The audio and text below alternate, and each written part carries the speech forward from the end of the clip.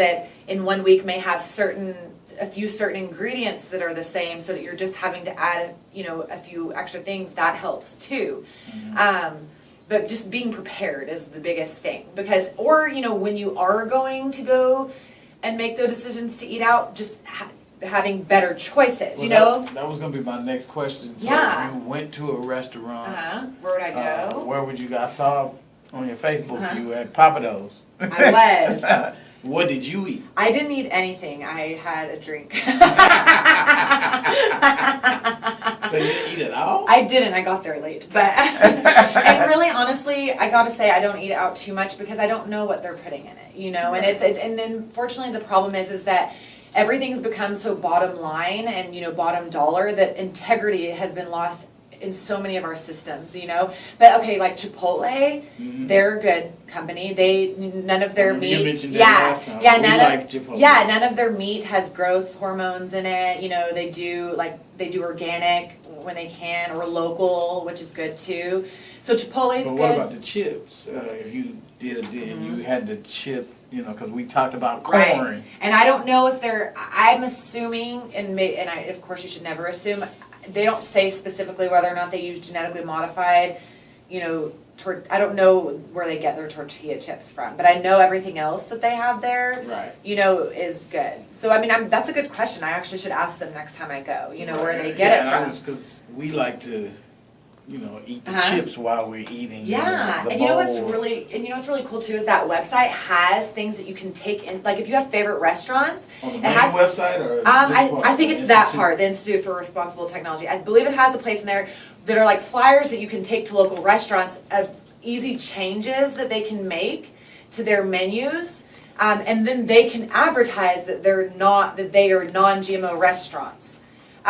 Because that's because a lot of these people who have these restaurants, they don't know either, and so that's why it kind of scares me to really eat anywhere. I know in like Fort Worth, for instance, there's a new restaurant called Brood, and they use organic products.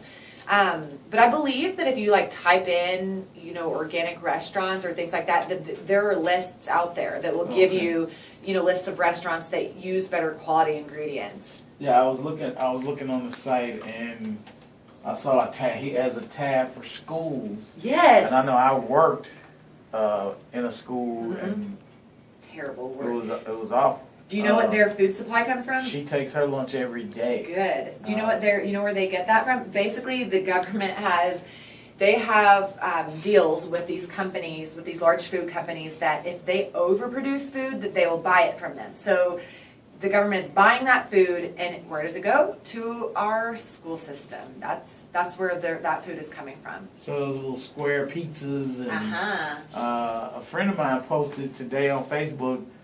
It was supposed to be, he posted a plate of food that was from a school, and it was supposed to be more healthy. But the way it looked, it was like, what? It didn't look like anything, and it was like it was supposed to be the new food, and it was like, no. See, and this website is so cool because it has on the link for schools, it has how you can get involved, even down to how you can help implement healthy food into schools using their budget. So they have so many tools there that if you're interested. They're not doing it. A lot of these schools aren't doing it. Like there are schools that are doing it. You don't hear it. Yeah. You don't hear about it, but there are schools that are doing it. Actually, next week I'm going to be starting a garden at a school. There's a program that you can implement gardens into schools where they grow their own food and they use that food. And so there are programs out there. It's just bringing this awareness. And actually in Fort Worth, in the Dallas area, I know they're putting up gardens in a lot of schools through this organization. Wow. Yeah, that's information that I would like to know, because I actually saw it with my own eyes. Yeah. So these schools aren't, and I even talked to the lady that was over the cafeteria, and I was like, so they have you feeding these kids.